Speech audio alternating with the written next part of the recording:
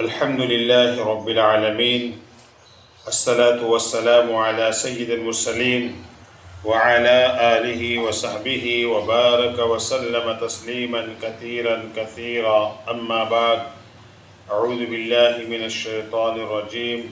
بسم الله الرحمن الرحيم.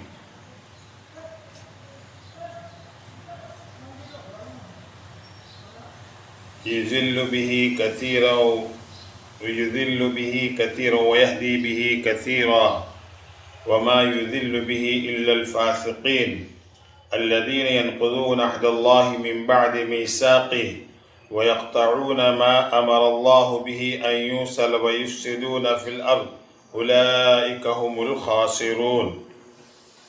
صدق الله العظيم. وقال النبي صلى الله عليه وسلم: اتق الله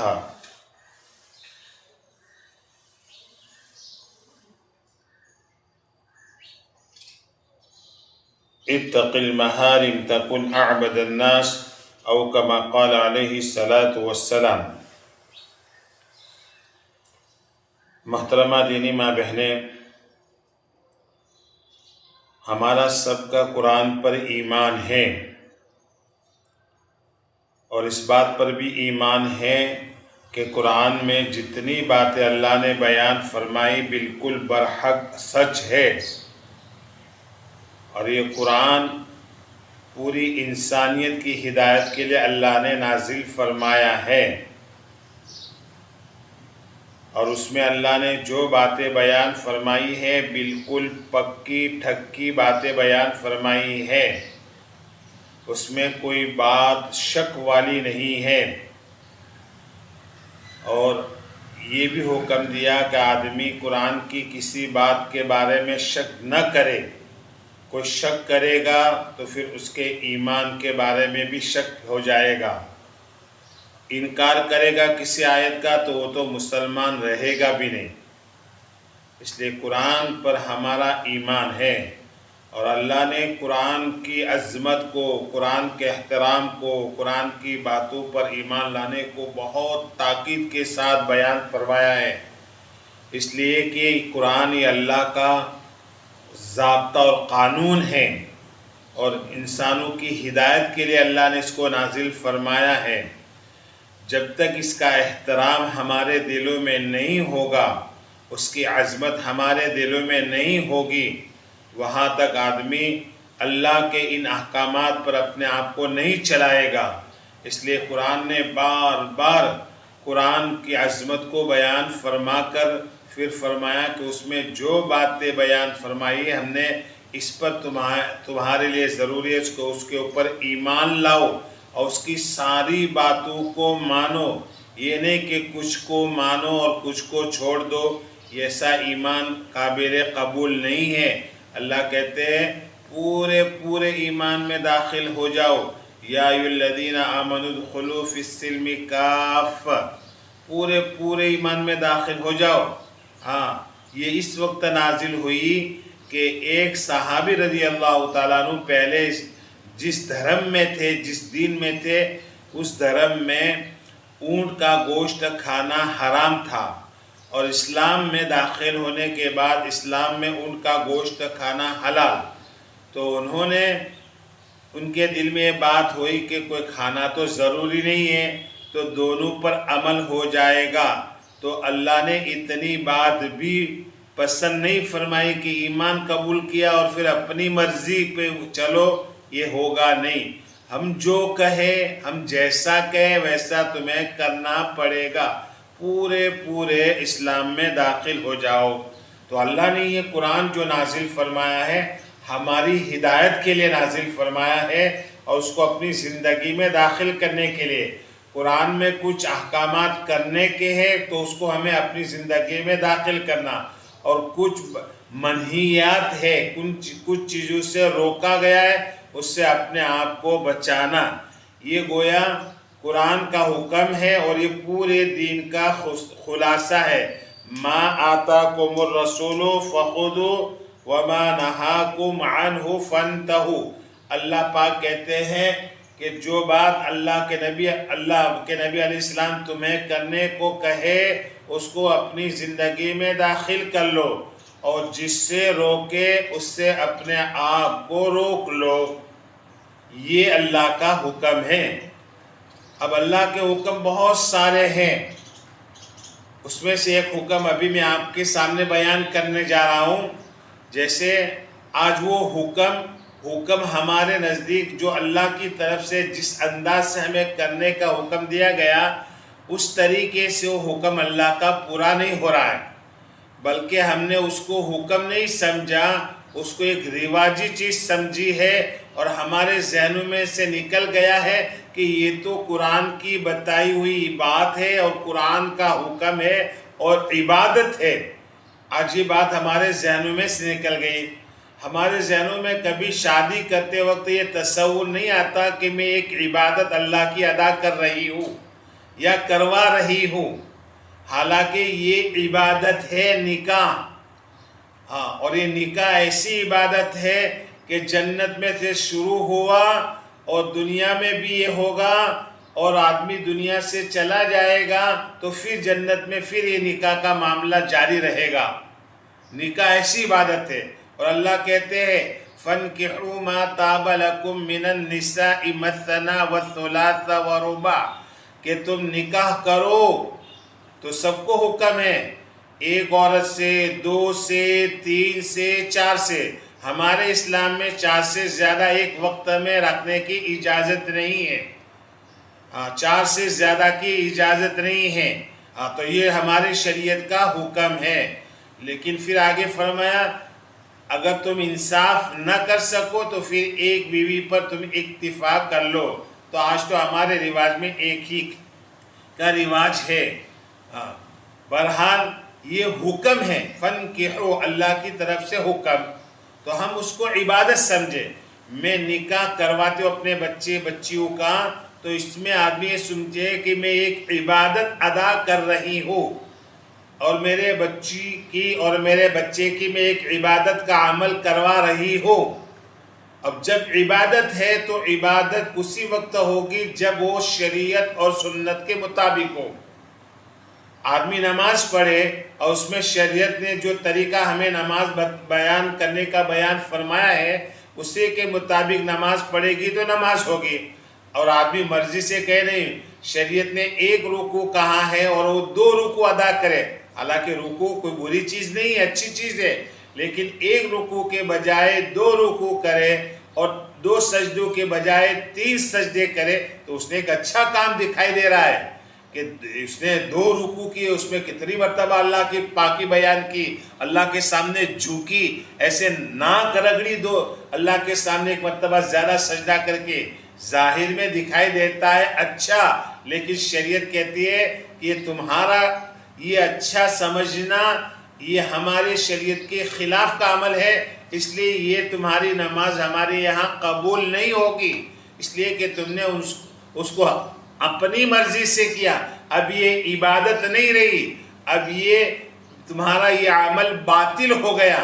اسی طریقے سے ہماری ہر عمل میں ہمیں یہ حکم دیا ہے کہ جیسے اللہ کے نبی علیہ السلام نے جو عمل ہمیں جیسے کرنے کو کہا اسی کے مطابق اس عمل کو کریں گے تو وہ عمل عبادت بنے گا۔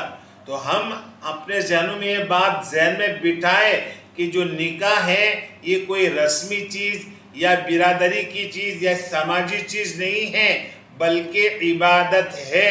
اس کو سب سے پہلے ہمیں اپنے ذہن میں بٹھانا، جب ہم اس کو عبادت سمجھیں گے تو پھر اس کو ہم معلوم کریں گے کہ کیسے اس عبادت کو ہمیں کرنا۔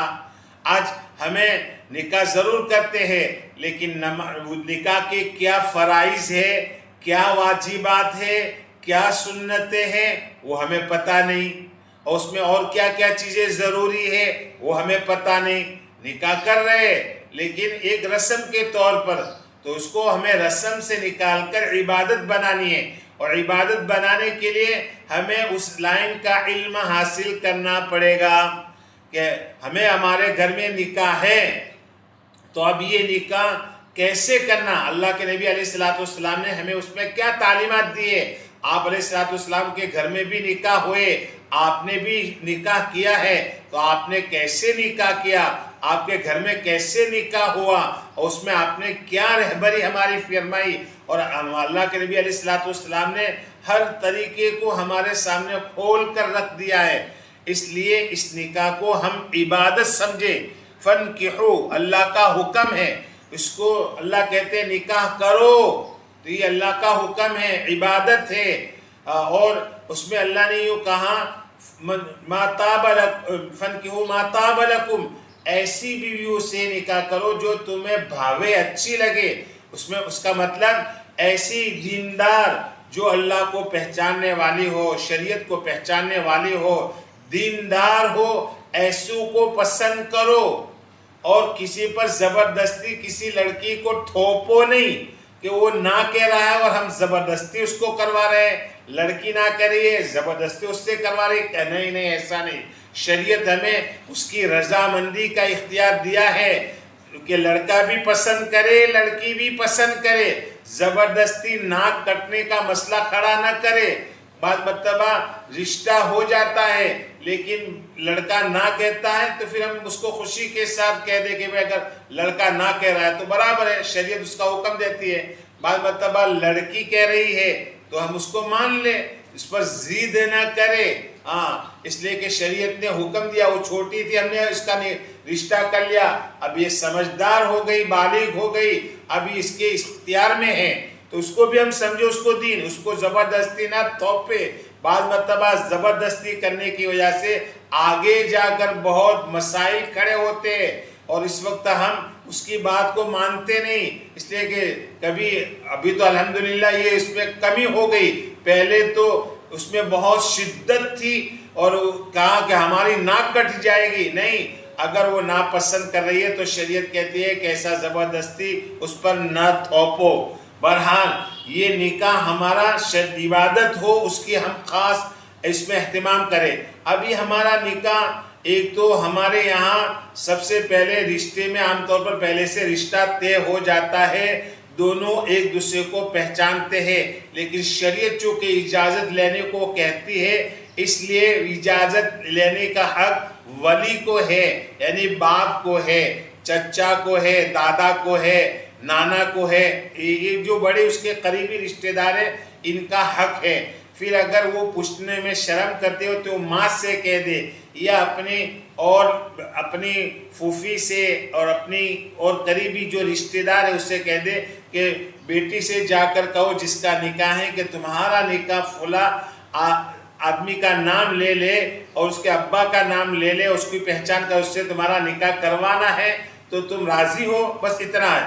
اس کے لیے کوئی ہجوم کسی بھی وقت اس نکاح کے دن نہیں ہے، آپ ہفتے پہلے، 10 دن پہلے، مہینے پہلے کسی وقت اس سے پوچھ لو، وہ راضی ہے کہنا میں تیار ہوں، اب اسے اس وقت پوچھ لو کہ تمہارا مہر کتنا ہے، تمہارا مہر کتنا ہے، تو یہ مہر کی جو مقدار ہے جس وقت جس دن نکاح ہو رہا ہے اس دن چاندی 30 گرام اور اوپر تھوڑا سا یعنی 31 گرام کے برابر کی چاندی کی قیمت جتنی ہوتی ہے اتنا اس وقت، اس لیے کہ چاندی کا بھاؤ روزانہ گھٹتا بڑھتا رہتا ہے، آپ کا جس دن نکاح ہو رہا ہے اس دن آپ اس چاندی کی قیمت کے اعتبار سے یہ اقل مقدار ہے، اس سے کم میں نکاح ہمارے ابو حنیفہ رحمۃ اللہ علیہ کے نزدیک جائز نہیں ہوتا۔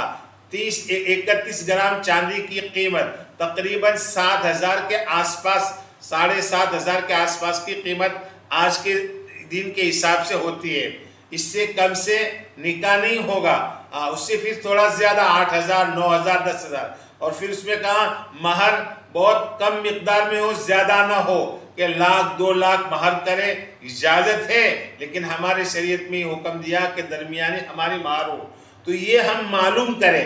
اب یہ بات ہو گئی، یہ اس کے کہتے ہیں ایجاب، اس کو شریعت میں ایجاب و قبول، یہ ایجاب و قبول یہ دونوں ضروری ہے، اس کے بغیر نکاح نہیں ہوتا۔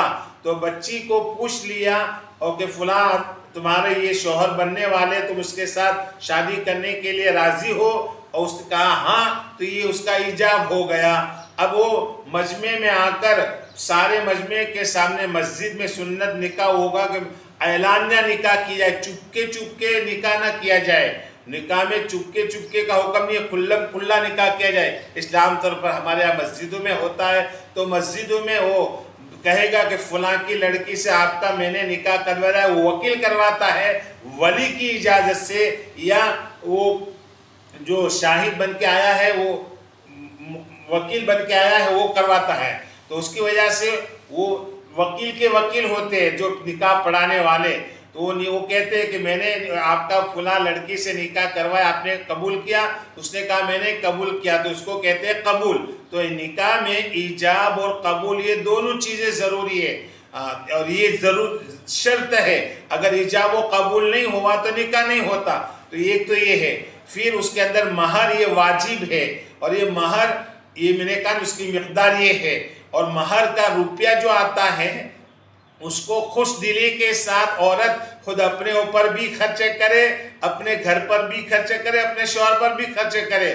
اس کو یہ بہترین پاکیزہ صاف ستھری روزی ہے، اس کو کھانا چاہیے. یہ عام طور پر ہمارے یہاں مزاج بنا ہوا ہے کہ مہر کی رقم کو خیر خیرات میں دے دیتے ہیں. یہ بھی اچھی چیز ہے، لیکن اس سے اچھی چیز یہ ہے کہ خود کھائے. اس سے پاک کوئی روزی عورت کے پاس نہیں ہے. اس لیے اس کو کھانے کا ہنیم مریا کہا، قرآن نے کہا اس کو خوشی کے ساتھ ایک تمنا کے ساتھ اس کو کھاؤ. تو ہم اس کو اس مہر کی رقم کو اپنے اوپر کھانے میں پینے میں استعمال کر سکتے ہیں، اس میں کوئی عیب نہیں، بلکہ اچھی چیز ہے. بہرحال پھر اس شادی کے وقت میں بس یہ بات ہماری ہو گئی شریعت کے اعتبار سے. آج ہمارے گھروں میں ہم دیکھیں تو بہت سارے خرافات آ گئے. دلہن کو سجانا، اور پھر اس کے لیے پورا ٹولہ جمع ہونا، اور ساری اس کی سہیلیوں کا جمع ہونا، اور پھر وہ آ کر کچھ نہ کچھ طوفان کرتے ہیں، شور مچاتے. عورت کی آواز سطر ہے، چاہے وہ 11 سال کی 10 سال کی بچی ہو گئی، اس کی آواز سطر ہی ہو جاتی ہے شریعت میں. اس کی آواز دوسرے سنیں گے تو یہ اس نے گویا ایک اللہ کا حکم توڑا، جو سطر اس کا آواز سطر تھی. اب گھر میں پورا ہجوم ہوتا ہے، اور باہر کچھ لڑکے بھی ہوتے ہیں، کچھ اور رشتہ دار بیٹھے ہوئے ہوتے ہیں. اس لیے یہ سارا اجتماع پورا شکل میں ہو جاتا ہے. اس سے ختم کرو اللہ کی بندیوں، اس سے کوئی ثواب نہیں ملے گا. دن بدن اس کی وجہ سے بہت سارے خرافات اور خرچے بڑھتے جا رہے ہیں، اور اس بہانے سے بہت سارے فتنے پھیلتے جا رہے ہیں. اس لیے سیدھا اللہ کے حبیب علیہ السلام کے زمانے میں عورتیں جب شادیاں کرتی تھی تو ماں عائشہ رضی اللہ تعالیٰ عنہ کا ایک لباس تھا، وہ لے کر پہنتی اور اس سے اپنا نکاح کروا لیتی تھی. آج تو ہمارے نکاح کے اندر جوڑوں میں نہ معلوم کتنا خرچہ کیا جاتا ہے. یہ سارا اسراف ہے، اور یہ اچھی چیز نہیں ہے. ضرورت کی چیزیں ضرورت کے بقدر رکھو، اس میں حد تجاوزی نہ کرو. جو خرچہ 500 روپے میں 1000 روپے میں 1500 میں ہو جاتا ہے، اس پر 10,000 روپیہ خرچہ کرنا، 15,000 خرچہ کرنا، 20,000 خرچہ کرنا، یہ شیطانی کام ہے. ان المبذرین کانوا اخوان الشیاطین. اللہ پاک کہتے ہیں کہ جو حد سے زیادہ خرچہ کرتے ہیں یہ شیطان کے بھائی ہے. ہاں، اللہ کہتے ہیں اسراف مت کرو. یہ اسراف ہوا، تمہاری ضرورت 1000-1500 میں پوری ہو رہی ہے، اور اس پر تم 10,000 5,000 7,000 خرچ کر رہے ہو. یہ سارا اسراف ہے. کل قیامت کے دن جواب دینا پڑے گا، اور اس کے نقصانات دنیا میں بھی ہوں گے.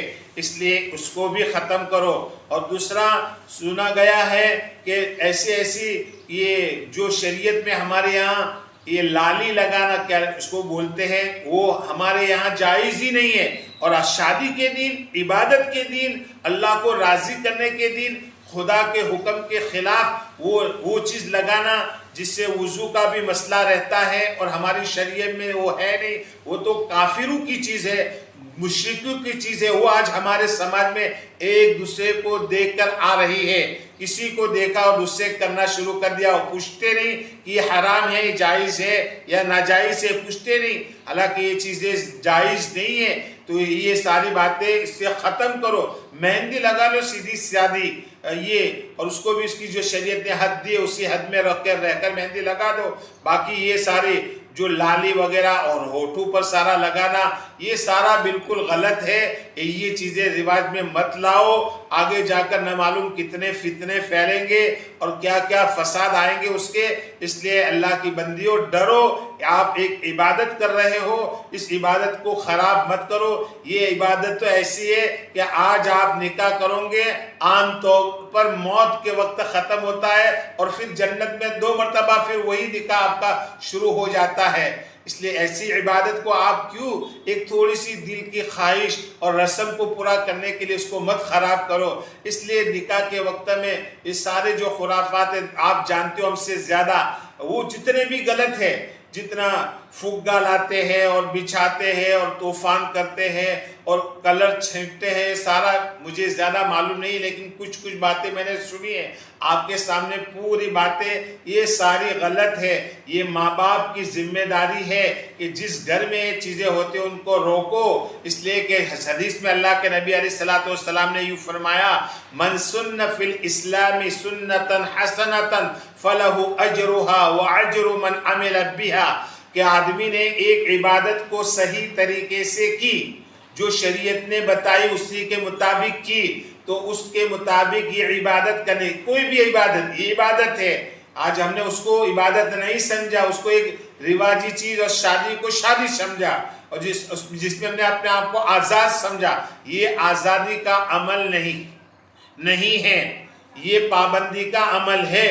اس لیے اس میں ہم اپنے آپ کو کہ اللہ اسلام میں کیا طریقہ اس میں بیان فرمایا، اس کے مطابق شادی کرے گا. لوگ کرتے ہیں رسم و رواج، ہم اس کو چھوڑ دیں گے.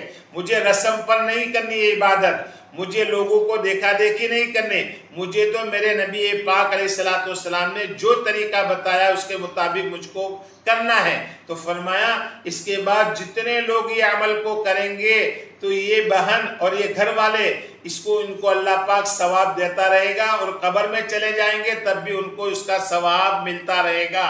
اور اگر خدا نہ خواستہ ہم نے اسلام میں غلط چیزیں پیدا کر لی، صحیح طریقہ چھوڑ کر غلط طریقہ اختیار کیا، تو حدیث میں آتا ہے من سن فی الاسلام سنتا سیئتا فعلیہ وزرها ووزر من عمل بها.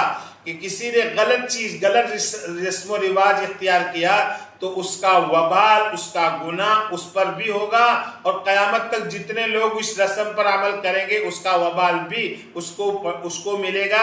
قبر میں بھی اس کا عذاب آتا رہے گا. اس کے لیے بہت ڈر کر ہمیں اس عبادت کو کرنا ہے کہ کہیں کوئی بات شریعت کے خلاف نہ ہو، اس کا ہم اہتمام کریں.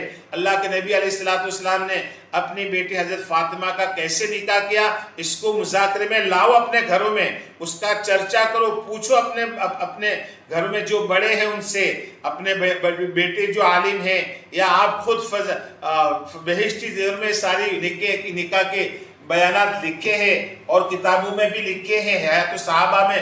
اس کو آپ پڑھو اپنے گھروں میں. اور اپنی بیٹی کی سب سے بڑی تیاری یہ ہے کہ اس کو نکاح کی ساری باتیں سکھلاؤ، اور اس کے یہ بھی سکھلاؤ کہ اب تم 2 خاندانوں کے درمیان میں جانے والے ہو، سسرال کے کیا حق ہے، شوہر کے کیا حقوق بنیں گے. یہ ساری تعلیم آپ دو. یہ شریعت آپ کو اس کو سکھلانے کو کہتی ہے.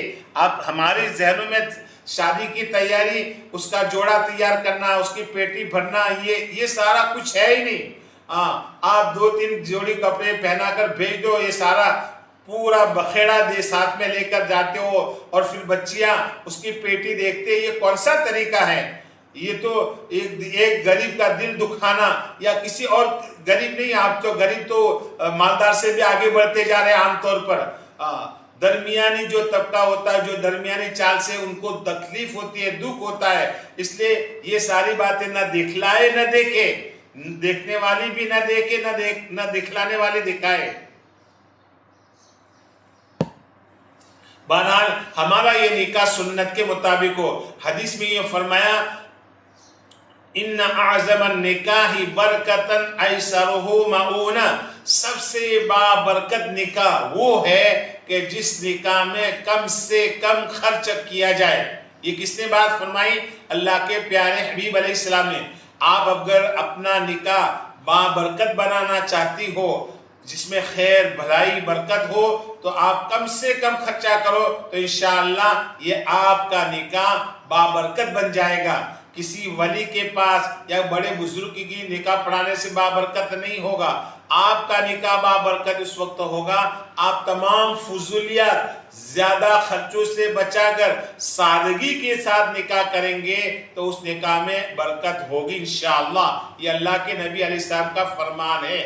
اور جس نکاح میں اس کی رعایت نہیں کی جاتی، سنت کے مطابق عمل نہیں کیا جاتا، تو پھر اس میں بگاڑ، فساد، فتنے اور بہت سارے جھگڑے پیدا ہوتے ہیں۔ اس لیے محترمہ دینی ماں بہنیں، یہ عمل، یہ عبادت ہے، اس عبادت کو عبادت سمجھ کر ہم کریں۔ ایک تو نکاح کے بارے میں یہ بات، اور دوسرا جو اجازت لینے کے لیے آتے ہیں، اجازت وہ تو میں نے کہہ دیا، اجازت باپ پہلے سے پوچھتے اور کہہ دے کہ ہو گیا معاملہ۔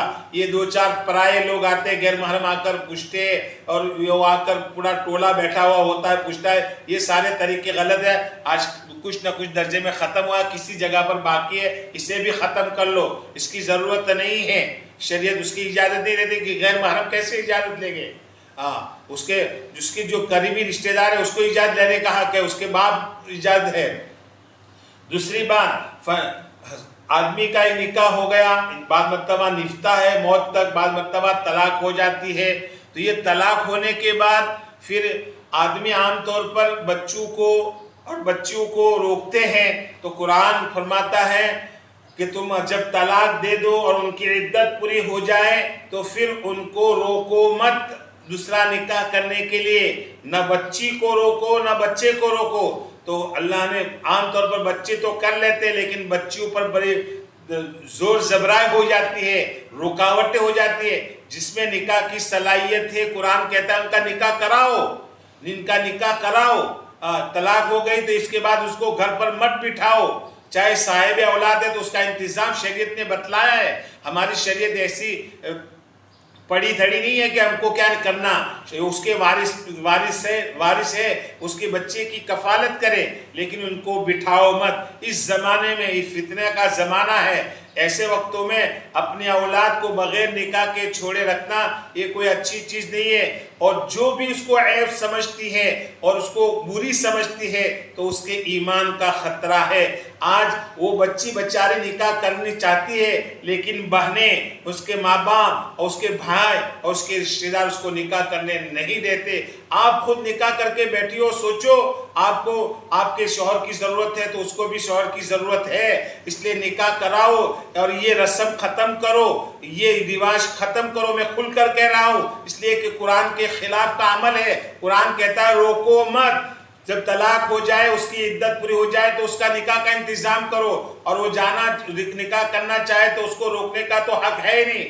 اگر کوئی روک رہا ہے تو روکنے والا گنہگار ہے، اور اگر وہ عیب سمجھ کر آر سمجھ کر روک رہا ہے اور یہ سماجی چیز سمجھ کر کہ بھی تو عیب کی چیز ہے تو پھر اس کے ایمان کا مسئلہ ہے۔ شریعت نے اس کو بھی نکاح کرنے کا حکم دیا۔ پھر آگے یہ کہا فَانْكِحُوا الْأَيَامَ مِنْكُمْ، تمہارے یہاں جو بیوہ عورتیں ہیں اور جو بیوہ عورتیں ہیں ان کا بھی نکاح کراؤ۔ شریعت کہتی ہے اللہ کا حکم ہے کہ وہ گھر نہ بیٹھی رہے، وہ دوسرا نکاح کر لے۔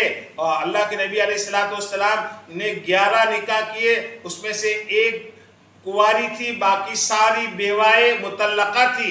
اس لیے یہ عیب کی چیز نہیں ہے، اور یہ اللہ قرآن میں کہتے ہیں کہ ان کو گھر پر بیٹھنے مت دو، کوئی بے نکاح نہ رہے۔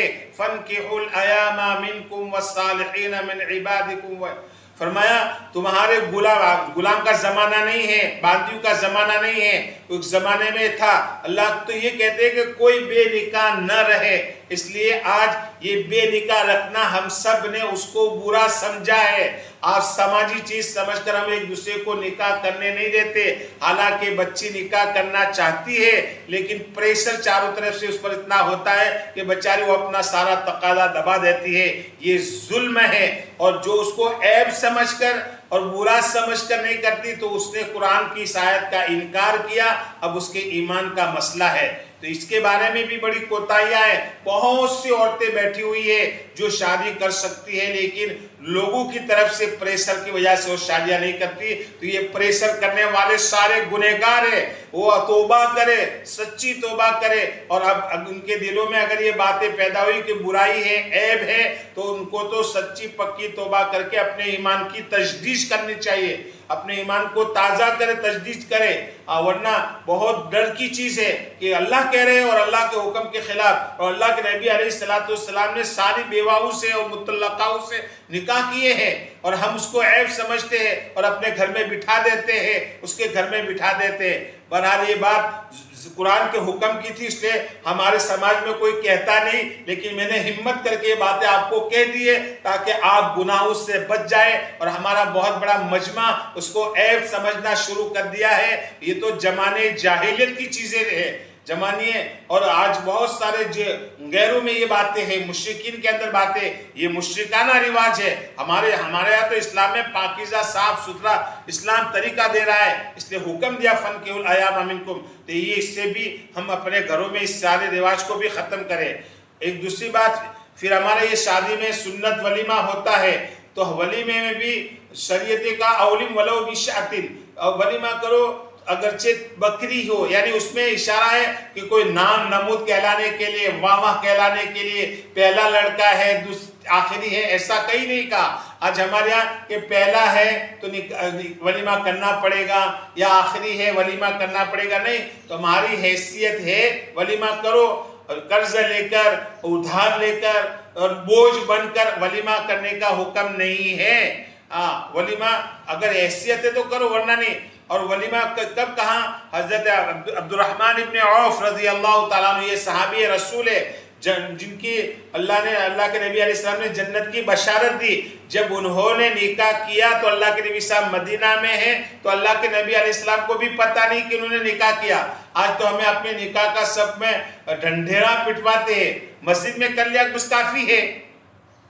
تو اللہ کے نبی صاحب نے ان کے کپڑوں پر تھوڑا سا عطر کی خوشبو کا اثر دیکھا تو فرمایا عبد الرحمن یہ کیا بات ہے؟ فرمایا اللہ کے نبی صاحب میں نے نکاح کیا۔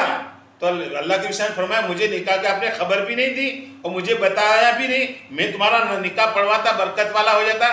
ایسا کچھ نہیں کہا، بلکہ یہ کہا کہ ولیمہ کرو، اگر ولیمہ نہیں کیا اگرچہ بکری کا ہو تو بس کہا ان کی حیثیت اس وقت ہوگی تو اللہ کے نبی صاحب نے ولیمہ کرنے کا۔ اب ولیمہ آج ہمارے یہاں اس وقت ولیمہ ہوگا جب اس میں پورا پردے کا اہتمام ہو، عورتوں کا نظام الگ ہو، مردوں کا الگ نظام ہو، اور بالکل شریعت کا کوئی حکم نہ ٹوٹے تو پھر ولیمہ ہے۔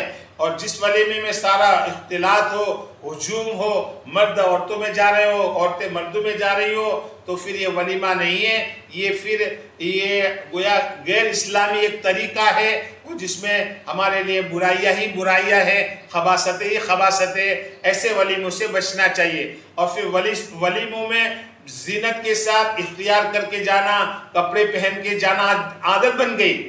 حالانکہ ولیمہ کھانے کے لیے جانا ہے تو اس میں مستقل، جیسے شادی میں کپڑے بدلنے کا رواج ایک عام ہوتا جا رہا ہے، ویسے اب ولیمے میں بھی فیشن کے ساتھ، زینت کے ساتھ، بھائی یہ غلط ہے۔ اس طریقے سے ولیمے میں اپنے اولاد کو مت بھیجو، جا رہے ہو تو کم سے کم منع کرو۔ آپ ایک برائی کو دیکھو تو آپ نے برائی کو روکنے کا آپ کو حکم ہے، آپ نے روکا بھی نہیں اور آپ نے اس کو کوئی برا بھی نہیں سمجھا، تو گویا آپ برے عمل پر راضی ہے، تو گویا آپ بھی اس عمل میں شریک ہو گئے۔ اس لیے بعض مرتبہ مانتی نہیں ہے کہنے کے باوجود، تو آپ نے اپنا ایک فریضہ ادا کر دیا، آپ نے اپنی ذمہ داری ادا کر لی۔ اس لیے ولیموں میں اگر دعوت کوئی دے تو ہم اپنے سیدھے سادے کپڑوں میں جو ہی پہنتے وہی جائے، پوری تیاری کر کے نہ جائے۔ سب جگہ جا رہا ہے کہ گاؤں میں بھی ولیمہ ہوتا ہے تو آدمی پورا بن ٹھن کے جا رہا ہے، یہ غلط طریقہ ہے، اس کو صحیح طریقے پر باقی رہنے دو۔ اور پھر اس میں ولیمے اور شادیوں میں آپس میں جوڑ اور محبت اور تعلق پیدا ہو، اس کی بھی کوشش کریں، اس لیے کہ جب آدمی شریعت کا پابند بنے گا تو اس کے راستے سے اس کی زندگی میں ہدایت آئے گی، اور اگر آدمی اس کی پابندی نہیں کرے گا تو پھر اس میں بہت ساری چیزیں خراب آنے کا اندیشہ ہے۔ ایک بات تو مجھے کہا گیا تھا کہ نکاح کے بارے میں، دوسری بات یہ کہی گئی کہ حج بھی ایک اللہ کا بہت بڑا فریضہ ادا کرنے کے لیے جا رہے ہیں. اب اس میں بھی بہت سارے ہماری چیزیں ایسی آ رہی ہے کہ جو جانے والوں کے لیے مصیبت بن رہی ہے، جانے والوں کے لیے بوجھ بن رہی ہے، جانے والوں کے لیے تکلیف کی چیز. اور ایمان والے کی صفتیں بیان فرمائی ہے، المؤمنون من سلم المسلمون من لسانه و یدی. مومن کون ہے کہ اس کے ہاتھ پیر زبان سے کسی کو کوئی تکلیف نہ پہنچے. اب یہ جانے میں ہر آدمی اس کو ملنے کے لیے جاتا ہے. کوئی ملنے جانا کوئی ضروری نہیں ہے حاجی کے لیے. جیسے آدمی ایک نماز پڑھنے کے لیے مسجد میں آتا ہے تو کوئی اس کو ملنے آتا ہے کہ بھئی تم نماز مسجد میں پڑھنے کا اللہ کا حکم، آپ بھی نماز پڑھتے ہو تو آپ کو کوئی ملنے آتا ہے. جیسے ایک اللہ کا فریضہ نماز ہے اور نماز کا فریضہ حج کے فریضے سے زیادہ اہم ہے. تو جب نماز کے لیے ہم کسی کو نہ چھوڑنے جاتے، نہ ملنے جاتے، نہ اس کو کوئی شاباشی دیتے، نہ کوئی دعا، تو پھر یہ حج جب جاتے ہیں تو اس کے لیے تو پورا گاؤں ٹوٹ پڑتا ہے ملاقات کے لیے. بھائی کوئی جانے کی سب کو ضرورت نہیں ہے. قریب کے رشتہ دار یا وہ بہنیں جو آپس میں رہتی تھی اور کسی وقت اس کو کوئی تکلیف آپس میں ہو گئی تو معافی شافی کروانے کے لیے جائے، ورنہ پورا گاؤں جانا ضروری سمجھ رہا ہے. ایسا ہو رہا ہے، کوئی جانے کی ضرورت نہیں ہے. اس کے لیے آپ کو مستقل آپ کے گھر سے نکلنا، ٹھیک ہے قریبی رشتہ دار جو ہے وہ تو جائے، لیکن سب کہ بھئی حج میں جا رہے تو لاؤ سب کی ملاقات کرے، بوڑھی ہے تو لاؤ سب کی ملاقات، یہ کوئی ضروری نہیں ہے. آپ اپنے گھر سے اس نیت سے نکل رہے ہو، اس کے بارے میں آپ پوچھو کہ شریعت آپ کو اجازت دیتی ہے کہ نہیں دیتی. اور پھر وہ گھر والے پریشان ہیں بیچارے. کھانے کے وقت میں عام طور پر عصر کے بعد جا کر ہجوم، کھانا پکانے کا وقت ہوتا ہے، اور جب حاجی حج میں جانے کا دن ہوتا ہے اس دن بھی ہجوم. 3 دن جانے سے پہلے بالکل کوئی نہ جائے. یہ عادت بناؤ تاکہ وہ بیچارہ اپنی حج کی تیاری پوری کر سکے. حج کے کچھ مسائل اس کو پوچھنے ہوتے ہیں، کچھ سیکھنے باتیں ہوتی ہیں، کچھ سیکھنے بھی نہیں دیتے، اور گھر والے بھی اپنے آپ کو سیکھنے میں لگا دے. کوئی بھی آئے وہ آتا رہے، اپنے آپ کو مشغول رکھے، اس لیے کہ یہ رسم ہے. اس لیے اس رسم کو توڑنے کے لیے اگر آپ نے ان کو آبوکار نہیں دیا تو کوئی حرج نہیں ہے. اس لیے کہ یہ آپ کو جو ملنے آتے ہیں یہ صحیح طریقہ نہیں ہے.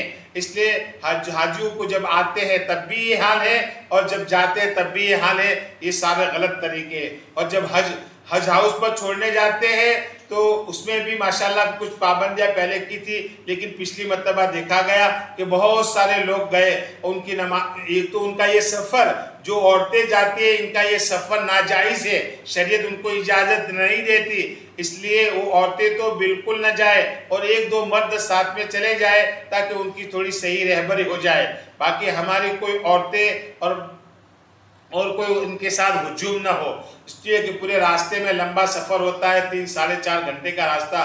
نمازیں درمیان میں آتی ہے، کھانے کے مسائل استنجا وغیرہ کے، اس میں بہت سارے چیزیں پیدا ہوتی ہے، اور بے پردگی تو ہو ہی جاتی ہے. اور وہاں بڑا ہجوم ہوتا ہے، وہاں نماز کا وقت بھی ہوتا ہے، وہاں گھنٹے 2 گھنٹے 3 گھنٹے ٹھہرنا ہوتا ہے، وہاں اس کے درمیان میں نمازیں آتی ہے، بہت سے لوگوں کی نمازیں قضا ہو جاتی ہے. اس لیے اللہ کے واسطے جانے والے مستورات، وہ ان کے رشتہ دار وہ بالکل فرمائش نہ کرے کہ ہمیں لے جاؤ. اگر وہ کہے بھی تو آپ نہ کہہ دو کہ ہم نہیں آئیں گے، ہم اللہ کا حکم توڑنے کے لیے تیار نہیں ہیں. اور دوسرا اگر کوئی جا رہا ہے تو دوسرا سمجھا دے اس کا پڑوسی رشتہ دار. آج تو ایک دوسرے کا یہ کہتے ہیں مجھے نہیں لے گئے، مجھے نہیں لے گئے، تو یہ نہ لے جانے والی کہنے والی یہ اللہ کا گنہگار ہے. اور ایک رسم کو زندہ کرنے کے اندر تعاون گناہ. اللہ کہتے ہیں وَلَا تَعَاوَنُوا عَلَى الْإِثْمِ وَالْعُدْوَانِ، کہ گناہ کے کاموں میں تعاون و معاونت مت کرو. تو یہ گویا ایک رسم کو پورا کروانے کے لیے اس کو بیچارے کو کہہ رہے کہ ہم کو نہیں لے گئے، ہم تانا لگاتے، اس کو بھی ختم کرو. دوسرا، جب حاجی حج میں سے آتا ہے تو اب اس میں آج رسم بنتی گئی کہ ہر ایک کے گھر پر کھجور پہنچاؤ، اپنے قریبی رشتہ دار، دور کے رشتہ دار. اب اس کی وجہ سے حاجی پر بوجھ بڑھتا جا رہا ہے. اور تقریباً میں نے پوچھا تو یہ کہ ایک حاجی اس رسم کو پورا کرنے کے لیے اس کو 40,000 50,000 کی کھجور لانی پڑتی ہے. اب بڑی مشکل سے اتنی مزدوری کے بعد آدمی ایک اپنا حج فریضہ ادا کرنے کے لیے جو ضروری خرچہ تھا وہ لے کر جا رہا ہے. اس کے علاوہ یہ 40-50 ہزار روپے اس کو اور خرچہ کرنا پڑتا ہے. جو بعض مرتبہ آدمی پھر حج کا ارادہ بھی کرتا ہے تو سوچتا ہے کہ اتنے کی کھجور لانی پڑے گی، اتنا یہ لانا پڑے گا، تو اس کی وجہ سے آدمی اپنے حج کو آگے پیچھے کرتا ہے. تو یہ رسم کو ختم کرو. پہلے جیسے طریقہ تھا کہ حاجی آتا، اس کو جو قریبی رشتہ دار ملنے آتے تو تبرک کے طور پر اس کو دے دیتے تھے، 1-2-4 کھجور کھا لیتے اور زمزم کا پانی پی لیتے. یہ گھروں پر بھیجوانے کا رواج اب اس سے ختم کرو. دن بدن رواج بنتا جا رہا ہے اور حاجی پر بوجھ بنتا جا رہا ہے، جس کی وجہ سے وہ پھر سوچ رہا ہے کہ بھئی یہ بھی خرچے میں گنتا ہے، جس کی وجہ سے اس کو اپنے حج کو آگے پیچھے کرنا پڑتا ہے. اس کے لیے یہ رسم بھی ختم کرو. آپ کے گھر پر جو آئے اس کو برکت کے طور پر دے دو. کوئی دینا فرض نہیں ہے کہ ہر ایک کے گھر پر پہنچاؤ اور بوتلیں لاؤ اور تھیلیاں لاؤ اور دو. یہ رسم ختم کرو. دن بدن ایک چیز جب کوئی ایک آدمی نے کر لی دوسرا کرتا ہے، پھر آہستہ آہستہ یہ رسم بن جاتی ہے، پھر لوگوں پر بوجھ بن جاتا ہے اور پھر یہ دین میں رکاوٹ بن جاتی ہے. اس لیے ایسی باتوں سے پرہیز کرے، ایسی چیزوں سے اپنے آپ کو بچائے. اس میں رسم پورا کرنے میں کوئی ثواب نہیں. ٹھیک ہے، آپ کے گھر پر آ گیا تو آپ کے پاس ہے تو کھلا دو، نہیں ہے تو کوئی نہیں، پانی پلا دو آپ اپنا، یا چائے پلا دو، آپ کی حیثیت ہے. ضروری نہیں ہے کہ ان کو کھلانا ہی ہے. کھلانا اچھی چیز ہے، بری چیز نہیں ہے، لیکن آج اس کو ہم رسم کے طور پر کر رہے ہیں، رواج کے طور پر. اور کسی کو پھر آپ نے کہ بھول گئے، کسی کو نہیں پہنچائے تو دیکھو سب کو دی اور مجھ کو نہیں دی، یہ سارے مسائل کھڑے ہوتے ہیں. اس لیے اس کو بھی ختم کرنے کو کہا، مجھے مشورے سے کہا گیا اس بات کو بھی کہنا، تاکہ یہ رسم بنتی جا رہی ہے اور لوگوں پر بوجھ بنتا جا رہا ہے. تو اس سے بھی جانے والے جو جا رہے ہیں اس کا آئندہ یہ جو سارے جو کر رہے ہیں آپ اس سے احتیاط کرو. اپنے گھر پر جو آ جائے اس کا آپ اکرام کر لو. تیسری بات یہ کہی گئی ہے کہ بھئی موت میت کے وقت ہمارے یہاں بہت بڑا ہجوم ہوتا ہے سلسلہ. تو شرعی مسئلہ یہ ہے کہ بھئی عورتوں کے لیے جنازے میں شرکت کی اجازت نہیں ہے. قریبی اس کے رشتہ دار ہے، اس کے پڑوسی ہے، وہ اس کی تسلی کے لیے دلاسا کے لیے جائے. باقی ہمارے یہاں ایسا معمول بن گیا ہے کہ جس کے یہاں موت ہو گئی تو وہاں کی حاضری ضروری سمجھتی ہماری عورتیں عام طور پر. حالانکہ اس میں کوئی ثواب نہیں ہے، گناہ ہے. آپ دوسرے دن جائیں گے، تیسرے دن جائیں گے، وہ گناہ ہے. اس کو قریبی رشتہ دار وہ تسلی کے لیے، ہم تو رواج کے لیے جاتے ہیں. ہم نہ وہاں جا کر کوئی تسبیح پڑھ لیتے، تسبیح تو آپ گھر پر پڑھ کے بخش دو.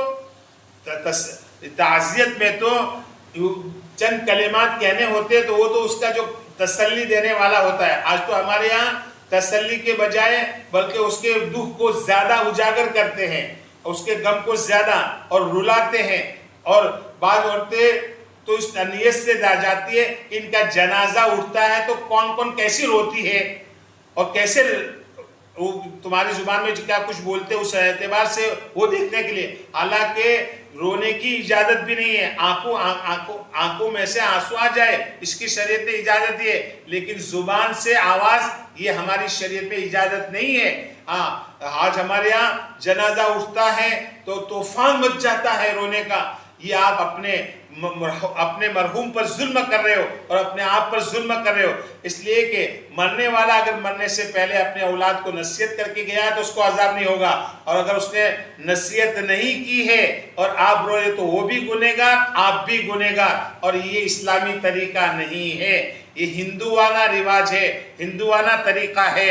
اس لیے محترمہ دینی ماں بہنوں، جب جنازہ چلے تو گھر میں بالکل خاموشی ہونی چاہیے. اس کی اگر انسانی فطرت ہے، درد دکھ ہوتا ہے موت پر تو آنکھوں میں سے آنسو بہا لے. یہ رونا ہے، یہ نہیں کہ آواز سے نکالے اور سب کو اس کو چپ کروانا پڑے اور کہے زور زور سے، مرد بھی روکنا پڑے کہ بھائی چپ ہو جاؤ، رونا بند کرو. یہ کیا طریقہ؟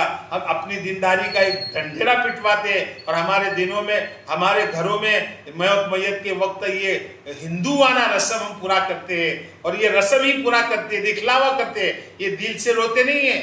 4 دن میں تو باپ کو، ماں کو، سب کو بھول جاتے ہیں عام طور پر، اور اپنے رشتہ داروں کو 12 مہینے ہو گئے بھول گئے.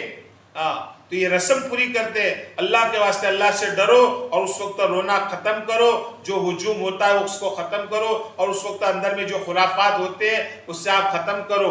اور یہ ملنا جلنا اور تسبیحات کا پڑھنا یہ کوئی ثواب کی چیز نہیں ہے، گناہ کی چیز ہے. آپ کو تسبیح پڑھنا ہے، آپ کے گھر میں بیٹھ کر پڑھ کر بخش دو. اس کے تن کے رشتہ دار جس کے وجہ سے اس کو سامنے والے کو تسلی ہو وہ جائے، ورنہ آپ جاتے ہیں تو بوجھ بن کے جاتے ہیں، اور جانا آپ ضروری سمجھتے ہیں، آپ کا لئے جانا ضروری نہیں ہے، آپ جائیں گے آپ گنہگار ہوں گے، اس لیے ایسے رسموں میں نہ پڑے موت میت کے وقت میں۔ اور اسی طریقے سے کوئی آدمی بیمار ہو جاتا ہے تو اس وقت ایک دم سے تھوڑی سی بیماری زیادہ ہو جاتی ہے تو پورا ہجوم ہو جاتا ہے، اور سارے جانے والے ایسی باتیں کہتے ہیں کہ جس سے بیمار اور بیمار ہو جائے۔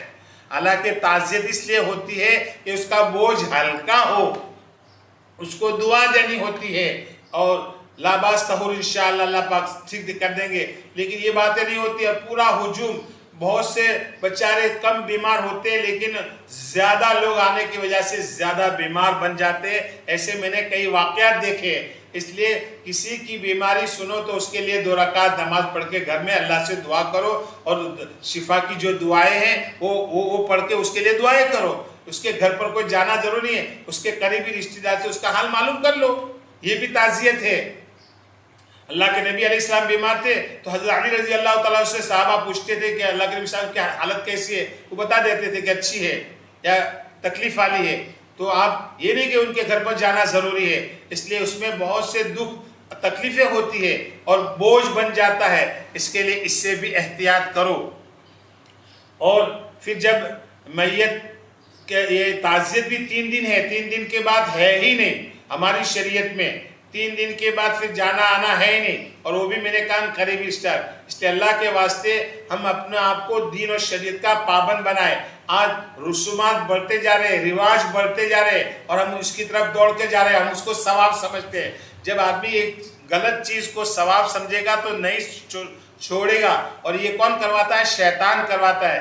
شیطان آدمی کو ایسے کام کرواتا ہے کہ وہ اپنے آپ کو سمجھتا ہے کہ میں نے اچھا کام کیا، میں نے اچھا نیکی کا کام کیا، حالانکہ وہ برا کام کرتا ہے۔ اور ہر ایک کے دل میں ہوتا ہے کہ میں نہیں گئے تو گویا ایک کام میں نے چھوڑ دیا سنت کا، یا ایک عمل میں نے چھوڑ دیا۔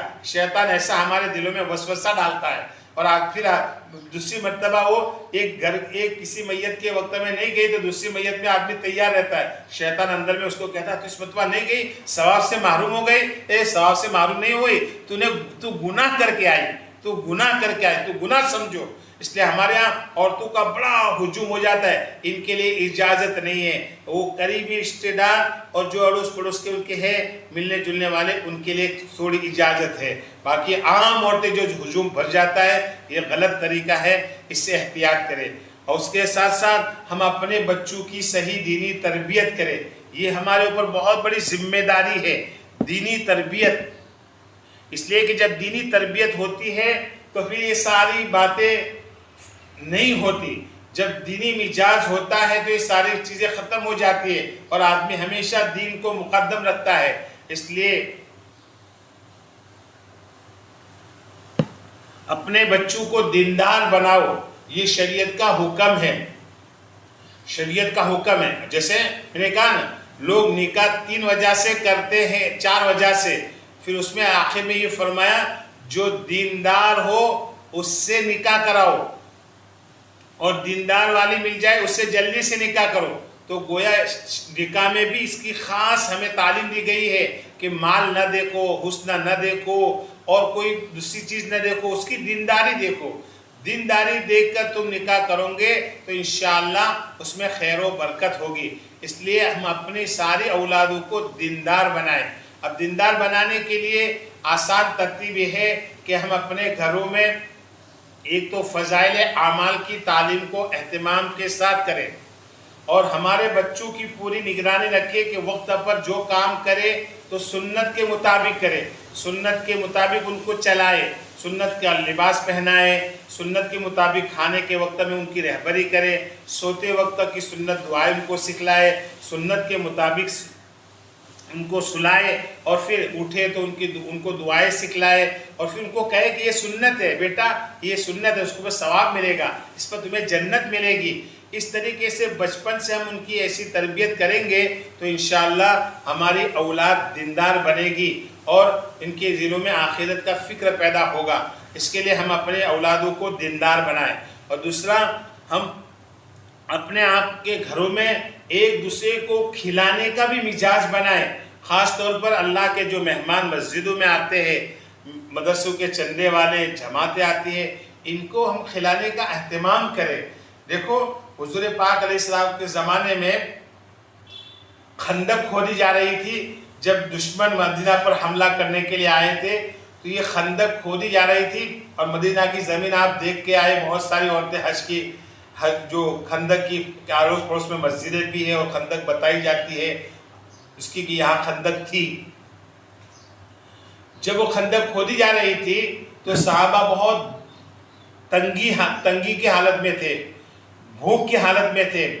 حضرت جابر بن عبداللہ رضی اللہ تعالیٰ عنہ نے دیکھا کہ اللہ کے نبی علیہ السلام بھی بھوکے ہیں، اور اس درمیان میں ایک چٹان آئی کھودتے کھودتے، تو صحابہ نے آ کر اللہ کے نبی صلی اللہ علیہ وسلم سے فرمایا کہ اللہ کے نبی صلی اللہ علیہ وسلم ہم کھودتے ہیں لیکن بہت کٹھن پتھر آ گیا ہے، ہم سے کھودا نہیں جاتا۔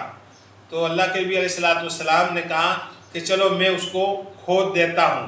تو اللہ کے نبی علیہ السلام جب وہ کھودنے کے لیے گئے تو آپ علیہ السلام کے پیٹ پر ایک پتھر بندھا ہوا تھا، اور آپ نے دوسروں کے پاس سے کودال لیا اور لے کر گئے اور مارا اس کو، تو اللہ کے نبی علیہ السلام نے دعا پڑھ کر اللہ کے نام سے مارا تو وہ ریزہ ریزہ ہو گیا۔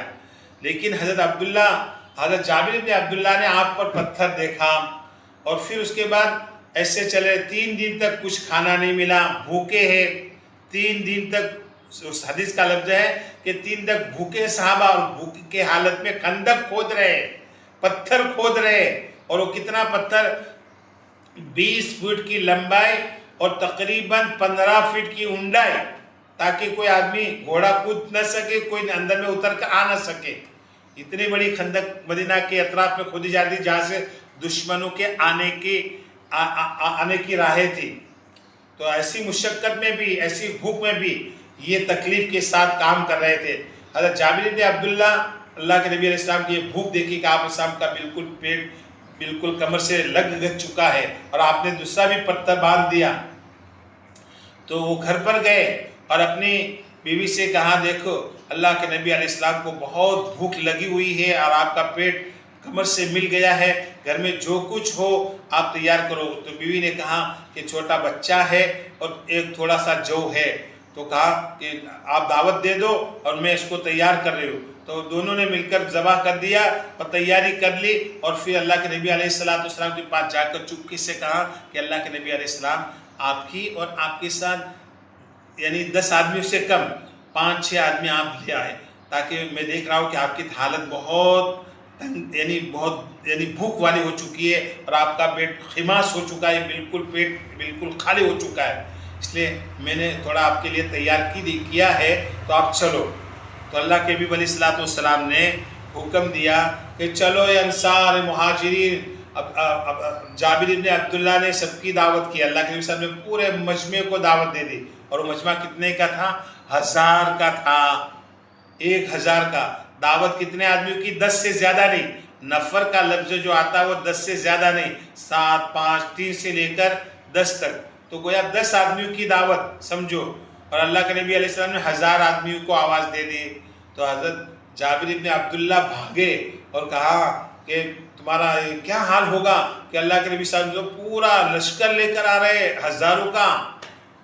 تو دیکھو حضرت جابر بن عبداللہ رضی اللہ عنہ کے گھر والوں نے کیا جواب دیا؟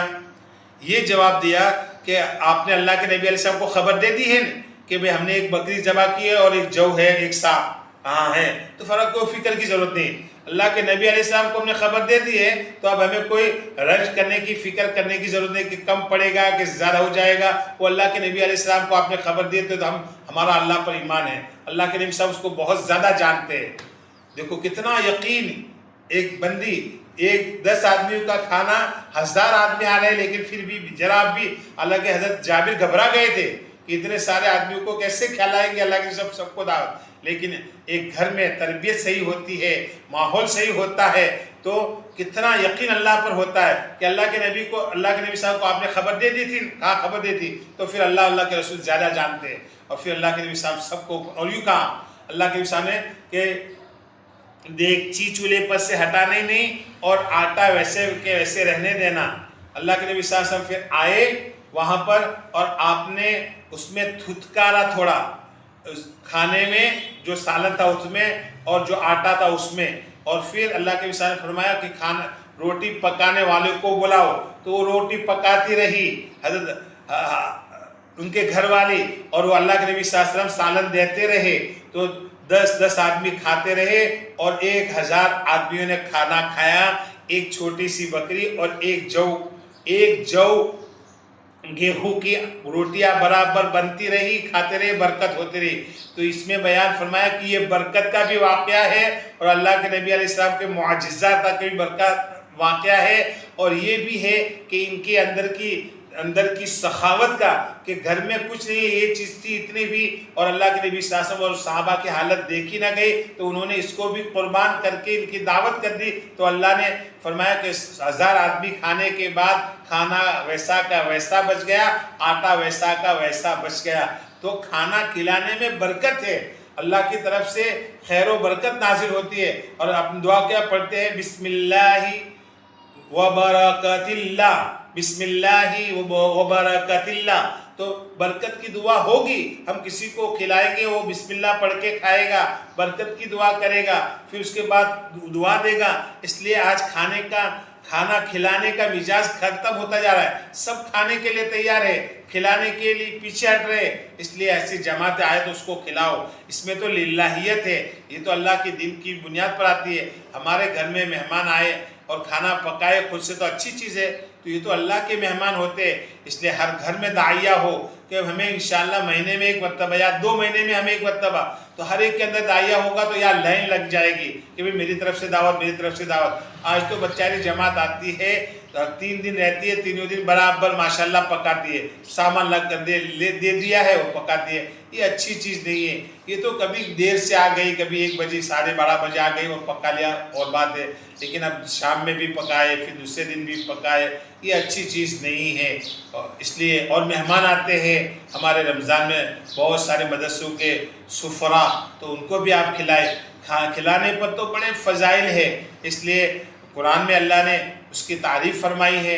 حضرت علی کرم اللہ وجہہ کے گھر کا جو واقعہ ہے کہ روزے سے تھے اور چکی سے محنت مزدوری سے لایا، فقیر آ گیا، یتیم آ گیا، قیدی آ گیا، ان تینوں کو دے دیا، 3 دن بھوکے رہے، تو اللہ نے قرآن میں ان کی تعریف کے کلمات اتارے، الذین یطعمون الطعام علی حبہ مسکینا ویتیما واسیرا انما نطعمکم لوجہ اللہ لا نرید منکم جزاء ولا شکورا۔ اللہ نے ان کی تعریف بیان فرمائی، بھوکے رہے، روزہ ہے، بھوکے رہے، محتاج کو دیا۔ تو صحیح معنوں میں جو محتاج ہے، آج ایسے محتاج بہت کم ہیں، آپ دے دو، اس کو بھی معلوم کرو کہ واقعی اس کے محتاج ہے۔ اگر محتاج نہیں ہے تو آپ دوں گے تو ثواب نہیں ملے گا، گناہ ہوگا۔ اس کی بھی ہمیں شریعت ہمیں اندھادھند کام کرنے کا حکم نہیں دیا۔ کوئی تنگا بڑنگا آدمی آ کر مانگ رہا ہے، محنت مزدوری نہیں کر رہا ہے، تو اس کو آپ نہ دو، اس کو دینے میں ثواب نہیں ہے، گناہ ہے۔ ہاں، میں یہ بھی بات کہہ دیتا ہوں صاحب، آج ہم اس کو شریعت سمجھتے ہیں، ثواب سمجھتے ہیں، ثواب نہیں ملے گا، گناہ ہوگا۔ اور عورتیں بھی نکلتی ہیں جو کھٹی محنت مزدوری کر سکتی ہے اور مانگنے گھوم جاتے ہیں، اس کو دو گے ثواب نہیں ملے گا، گناہ ہوگا۔ بہرحال آپ اپنے گھروں میں فضائل کی تعلیم شروع کرو، اور اس کے راستے سے آپ اپنا خود کا دینی ذہن بناؤ، اپنے اولاد کا بھی دینی ذہن بناؤ، اور ہر معاملے میں شریعت اور سنت کا اپنے آپ کو پابند بناؤ۔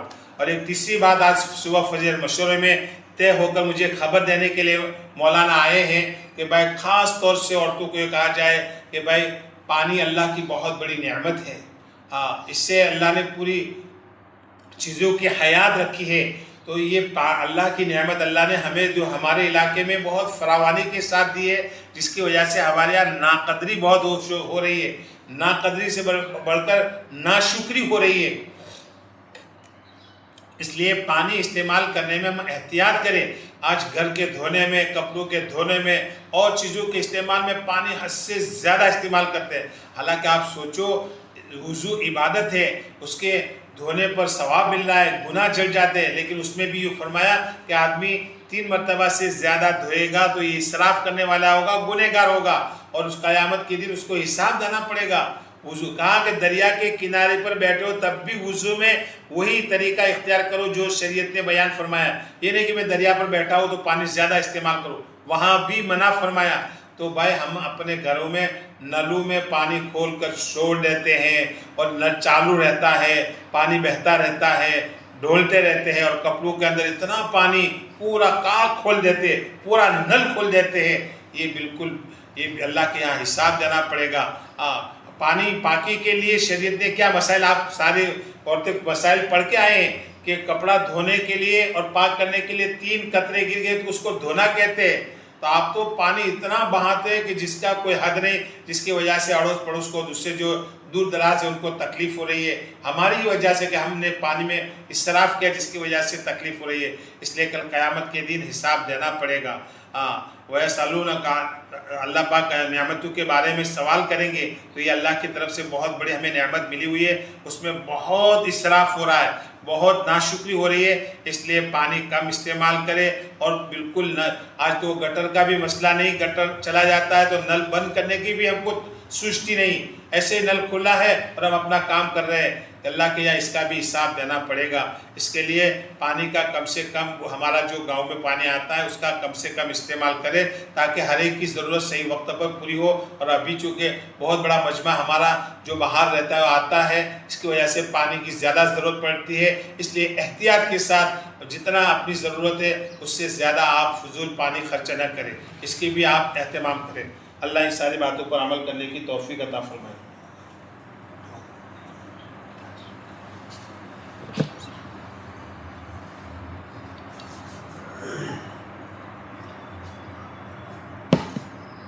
بسم الله الرحمن الرحيم. اللهم صل على سيدنا محمد وعلى آل محمد كما صليت على إبراهيم وعلى آل إبراهيم إنك حميد مجيد. اللهم بارك على محمد وعلى آل محمد كما باركت على إبراهيم وعلى آل إبراهيم إنك حميد مجيد. لا إله إلا الله وحده لا شريك له، له الملك وله الحمد، يحيي ويميت بيده الخير وهو على كل شيء قدير. ربنا ظلمنا أنفسنا وإن لم تغفر لنا وترحمنا لنكونن من الخاسرين. ربنا آتنا في الدنيا حسنة وفي الآخرة حسنة وقنا عذاب النار. ربنا لا تؤاخذنا إن نسينا أو أخطأنا. ربنا ولا تحمل علينا إصرا كما حملته على الذين من قبلنا. ربنا ولا تحملنا ما لا طاقة لنا به واعف عنا واغفر لنا وارحمنا أنت مولانا فانصرنا على القوم الكافرين. ربنا لا تجعلنا فتنة للقوم الظالمين ونجنا برحمتك من القوم الكافرين. ربنا اغفر لنا ذنوبنا وإسرافنا في أمرنا وثبت أقدامنا وانصرنا على القوم الكافرين. اللهم اهد الناس جميعا. اللهم اهد الناس جميعا. اللهم اهد الناس جميعا. اللهم اهدنا فيمن هديت وعافنا فيمن عافيت وتولنا فيمن توليت وبارك لنا فيما أعطيت وقنا شر ما قضيت فإنك تقضي ولا يقضى عليك إنه لا يذل من واليت ولا يعز من عاديت تباركت ربنا وتعاليت. نستغفرك ونتوب إليك. اللهم اغفر لنا وللمؤمنين والمؤمنات والمسلمين والمسلمات. اللهم ألف بين قلوبهم وأصلح ذات بينهم وانصرهم على عدوك وعدوهم. اللهم العن الكفرة الذين يصدون عن سبيلك ويكذبون رسلك ويقاتلون أولياءك. اللهم خالف بين كلمتهم وزلزل أقدامهم وشتت شملهم وفرق جمعهم ودمر ديارهم وكسر أعمارهم وخرب بيوتهم وقرب آجالهم وأنزل بهم بأسك الذي لا ترده عن القوم المجرمين. اللهم طهر قلوبنا من النفاق وأعمالنا من الرياء وألسنتنا من الكذب وأعيننا من الخيانة فإنك تعلم خائنة الأعين وما تخفي الصدور. اللهم ارزقني عينين هتانين تسقيان القلب بذروف الدمع من خشيتك قبل أن تكون الدموع دمعا والأزراس جمرا. اے مولا ہمارے گناہوں سے درگزر کا معاملہ فرما. مولا ہمیں معاف کر لے. مولا پوری امت کو پوری مغفرت فرما. مولا پوری امت کی پوری مغفرت فرما۔ مولا ہمارے جمع ہونے کو بھی انتہا قبول فرما۔ اے مولا جو باتیں کہی گئی، جو باتیں سنی گئی، اس پر ہمیں عمل کرنے کی توفیق عطا فرما۔ اے مولا اس پر ہمیں عمل کرنے کی توفیق عطا فرما۔ مولا جنت الفردوس میں اعلیٰ مقام نصیب فرما۔ جہنم کے عذاب سے ہماری حفاظت فرما، قبر کے عذاب سے ہماری حفاظت فرما۔ اے مولا اے مولا اے مولا شادیوں میں رسومات کو ختم فرما، سنتوں کو زندہ فرما دے۔ اے مولا سنتوں کو زندہ کرنے کی توفیق عطا فرما، رسومات کو ختم کرنے کی توفیق عطا فرما۔ اے مولا نبی علیہ السلام کا جو لایا ہوا دین ہے وہ ہماری زندگی کے اندر، پوری امت کی زندگی کے اندر 100% زندہ ہو جائے، اس کی شکلیں اور صورتیں پیدا ہو جائے، اس کی فکریں ہمیں کرنے کی توفیق عطا فرما۔ مولا اس کی فکریں کرنے کی ہمیں توفیق عطا فرما۔ مولا تیری توفیق کے بغیر ہم کچھ نہیں کر سکتے ہیں۔ اے اللہ اپنی مدد شامل حال فرما۔ مولا دین کا کام کرتے کرتے مرنے کی توفیق عطا فرما، اور دین کا کام مرتے کرنے کی توفیق عطا فرما۔ مولا نبی علیہ السلام نے جتنی خیر کی دعائیں مانگی ہے اس میں ہمارا حصہ فرما۔ جن شرور سے پناہ چاہیے ہمیں پناہ عطا فرما۔ مقروضین کی قرضوں کی ادائیگی کی شکلیں اور صورتیں پیدا فرما۔ بیماروں کو شفائے کاملہ اور مستمرہ عاجلہ دائمہ عطا فرما۔ اے اللہ ہم آپ سے وہ خیر مانگتے ہیں جو تیرے نبی علیہ السلام نے مانگی ہے، اور ان شرور سے پناہ چاہتے ہیں جن شرور سے تیرے نبی علیہ السلام نے پناہ چاہی ہے۔ جزا اللہ عنا محمد ما وآلہ صلی اللہ علیہ وسلم برحمتک یا ارحم الراحمین۔